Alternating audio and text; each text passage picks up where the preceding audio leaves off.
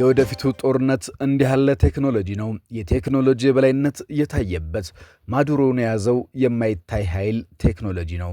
ማዱሮን የያዘው ሰው አይደለም። በካራካስ የተካሄደው ኦፕሬሽን አንድ ትልቅ ሚስጥር አለው። ጠባቂዎቹ አልተኙም ነበረ፣ ነገር ግን የቴክኖሎጂ እስረኛ ሆነው ነበረ። ምን ነበረ አጋጣሚው? ማዱሮ ሲያዙ የተፈጠረው ምን ነበረ? ወታደሮቹ አይናቸው እያየ ሳይተኙ ቆመው ሁሉም ነገር እየሆነ ሲመለከቱ ነበረ። ማዱሮ በቁጥጥር ስር የዋሉት በሰው ኃይል ብልጫ ሳይሆን እነዚህ በማይታዩ መሳሪያዎች፣ ምትሃታዊ መሳሪያዎች የበላይነት ነበረ። ይህ አካሄድ አንድን መሪ ሩሲያም ሆነ ቻይና እንደማታድነው ያሳየ ነበረ። ለመሆኑ የቴክኖሎጂና መሳሪያ ምንድን ነው? እናያለን። አብራችሁን ቆዩ። አስገራሚ ነው። ካራካስ እንደ አውሮፓውያን አቆጣጠር ጃንዋሪ 3 2026 ታህሳስ 25 ቀን 2018 ሌሊት በ8 ሰዓት በቬንዙዌላ ካራካስ ውስጥ ኦፕሬሽን አብሶሉት ሪዞልቭ የተሰኘ መጠነ ሰፊ ወታደራዊ ኦፕሬሽን ተካሂዷል። ከዛስ ምን ተፈጠረ? የማዱሮ ጠባቂዎች እንዴት ተሸወዱ? ነገሮች ባልተጠበቀ ሁኔታ ማዱሮ ከቤቱ እንዴት ተያዘ? የአሜሪካ ወይም የዓለማችን ቴክኖሎጂ ምን ላይ እንደደረሰ ማሳያ ነው። ስለዚህ ክስተት በአስገራሚነቱ እናነሳዋለን። አብራችሁ እንድትቆዩ በአክብሮት እንጋብዛለን። ይህ ዜና ፕላስ ነው። የቬንዙዌላን ፕሬዝዳንት ኒኮላስ ማዱሮን ለመያዝ በካራካስ የተካሄደው ኦፕሬሽን አብሶሉት ሪዞልቭ በሰው ኃይልና ብዛት አይደለም፣ በባሩድም አይደለም። ዳይሬክትድ ኢነርጂ ዋፐን DEW በተባሉ የሚታዩና የማይሰሙ የሞገድ መሳሪያዎች የበላይነት የታዩበት ኦፕሬሽን ነው። እነዚህ ቴክኖሎጂዎች ወታደሮችን ሳይገድሉ ነገር ግን ለአንድ እርምጃ እንኳን እንዳይንቀሳቀሱ ያደርጓቸዋል። እነዚህ ሳይንሳዊ ሞገዶች ምንድን ናቸው? ዓለማችን ላይ አስገራሚ የተባለው የኦፕሬሽን ስራ እንዴት ተሰራ? ወታደሮቹን መሳሪያ ታጥቀው እንዳይተኩሱ አንዳች እርምጃ እንዳይወስዱ ያደረጋቸው ይህ ቴክኖሎጂ ምንድን ነው? በስፋት ተወርቶለታል፣ ተነግሮለታል። አክቲቭ ዲናል ሲስተም የሚቃጠለው ጨረር። ይህ ቴክኖሎጂ በ95 ጊጋሄርትዝ ድግግሞሽ የሚሊሜትር ሞገዶችን ይለቃል። ሞገዶቹ ግድግዳንና ልብስን ሰንጥቀው በመግባት በቆዳ ላይ ያለን የውሃና የቅባት ሞለኪውል በከፍተኛ ፍጥነት ያሞቁታል። ወታደሮቹ በጋለ እቶን ውስጥ የተጨመሩ ወይም በኤሌክትሪክ የተለበለቡ ያህል ይሰማቸዋል።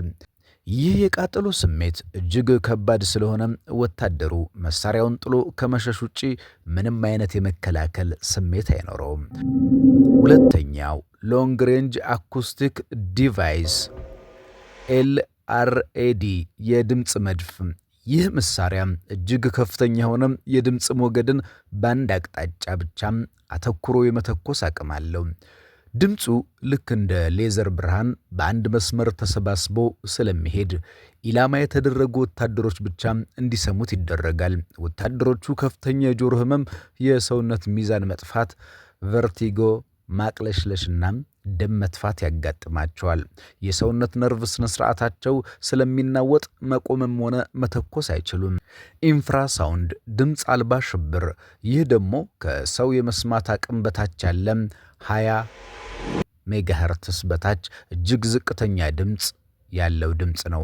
የሰው ልጅ ውስጣዊ ብልቶች ሳምባ፣ ሆድና ልብ የራሳቸው ተፈጥሯዊ የንዝረት መጠን አላቸው። ይህ መሳሪያ ከብልቶቹ ጋር የሚመጣጠን ንዝረት ሲለቅ ብልቶቹ በከፍተኛ ፍጥነት መንቀጥቀጥ ይጀምራሉ።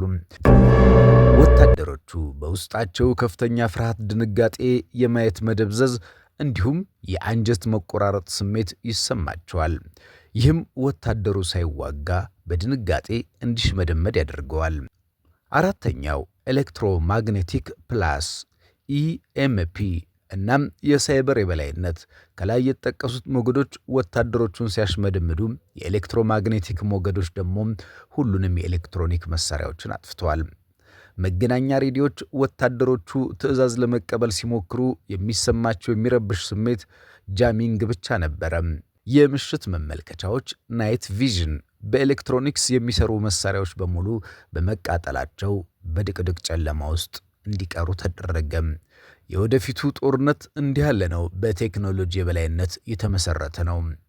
ማዱሮን የያዘው የማይታይ ኃይል ያለው ቴክኖሎጂ ነው። ነገሩ ሲጠቃለል በካራካስ የተካሄደው ኦፕሬሽን አንድ ትልቅ ምስጢር አለው። ጠባቂዎቹ አልተኙም ነበረ፣ ነገር ግን የቴክኖሎጂ እስረኛ ሆነው ነበረ። የሚቃጠለው ጨረር ኤዲኤስ ወታደሮቹ ሳይነኩ ሰውነታቸው እንደ ቶን እሳት እንዲቃጠል ተደረገ። የድምፅ መድፍ ላርድ ጆሮ በሚሰነጥቅና የሰውነት ሚዛን በሚያሳጣ ድምፅ መከላከያ አጡ።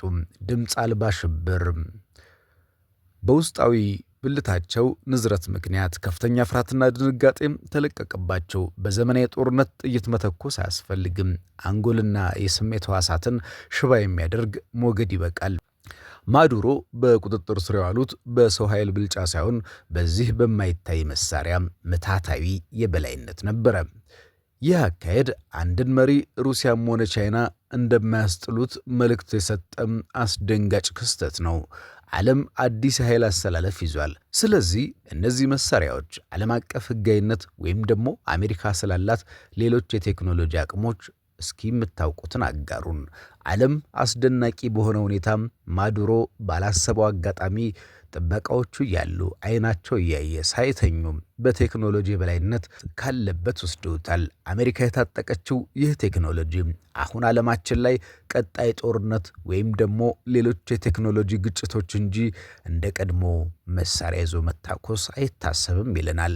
የኤሌክትሮኒክስ መሳሪያዎች ዘምነዋል። በርካታ የቴክኖሎጂ ውጤቶች ዛሬ ላይ ትልቅ ደረጃ ደርሰዋል። የሰው ልጅን ውስጣዊ ስሜት በመንካት ወይም ደግሞ ቴክኖሎጂን በመጠቀም እንዳያስተውል፣ እንዳያስብ፣ እንዳይናገር አድርገው ወታደሮቹ አይናቸው እያየ ማዱሮን ከቤት ወስደውታል። ታዲያ ቴክኖሎጂ እዚህ ደርሷል። ዛሬ ላይ ዓለማችን የፈለገችውን የምታደርግበት ብዙዎቻችን ህልምና ቅዠት የሚመስለን በእውን የሚታይበት የተለየ ዘመናዊ ቴክኖሎጂ ደርሷል። ዛሬ ቴክኖሎጂው አድጓል፣ ተመንድጓል። ቴክኖሎጂው እንደ ድሮ በጫካና በዱር በገደሉ እንድንዋጋ አይፈቅድም። እዛ ሀገርና እዚያ ሀገር ሆኖ ይታኮሳሉ። ኢራንና እስራኤልን ማየት እንችላለን። አንዳቸው ወደ ሌላኛው ሳይመጡ አሉበት ሆነው ሲዋጉና ሲታኮሱ ተመልክተናል። ዛሬ ደግሞ ወታደሮችን የሚያፈዝ የሚያደነግዝ አሊያም ደግሞ እንዳይተኩሱ፣ እንዳይናገሩ፣ እንዳያዩ፣ እንዳይሰሩ ጆሮአቸውን መስሚያቸውን ጥጥ የሚያደርግ አዲስ ቴክኖሎጂ ተፈጥሯልና አሜሪካ በቴክኖሎጂ ልህቀት ከፍ ማለቷን ያሳየችበት፣ ዓለምን ያስገረመችበት አስገራሚው ክስተት ወታደሮች ሳይሰሩ፣ ሳይናገሩ፣ ምንም ሳያደርጉ ምናልባት በሌላ ይህን ሁሉ ያደረገችው አሜሪካ ናት። በቴክኖሎጂ ልህቀት በጣም ዘመናዊና አዳዲስ ቴክኖሎጂዎችን በማምጣት ዓለምን እያስገረመችና እያስደነቀች ያለችው ልዕለ ኃያሏ አሜሪካ የዓለማችን ቴክኖሎጂ የደረሰበትን ደረጃ እነሆ እንዲህ ያስቀኘናችሁ። ዛሬ በጦርነቶች ቴክኖሎጂ ይሳተፋል፣ ኤአይ ይሳተፋል። ጦርነት እጅግ በጣም ዘመናዊ ሆኗል። የተወደዳችሁና የተከበራችሁ ውድ የቻናላችን ቤተሰቦች አብራችሁን ስለቆያችሁ እጅግ አድርገን እናመሰግናለን። ስለተከታተላችሁን ለቻናላችን አዲስ የሆናችሁ ቤተሰቦች ላይክ፣ ሰብስክራይብ፣ ሼር በማድረግ ቤተሰብ እንድትሆኑ በአክብሮት ጋብዘናል። የዛሬውን ጉዳያችን እንደዚህ ያበቃን።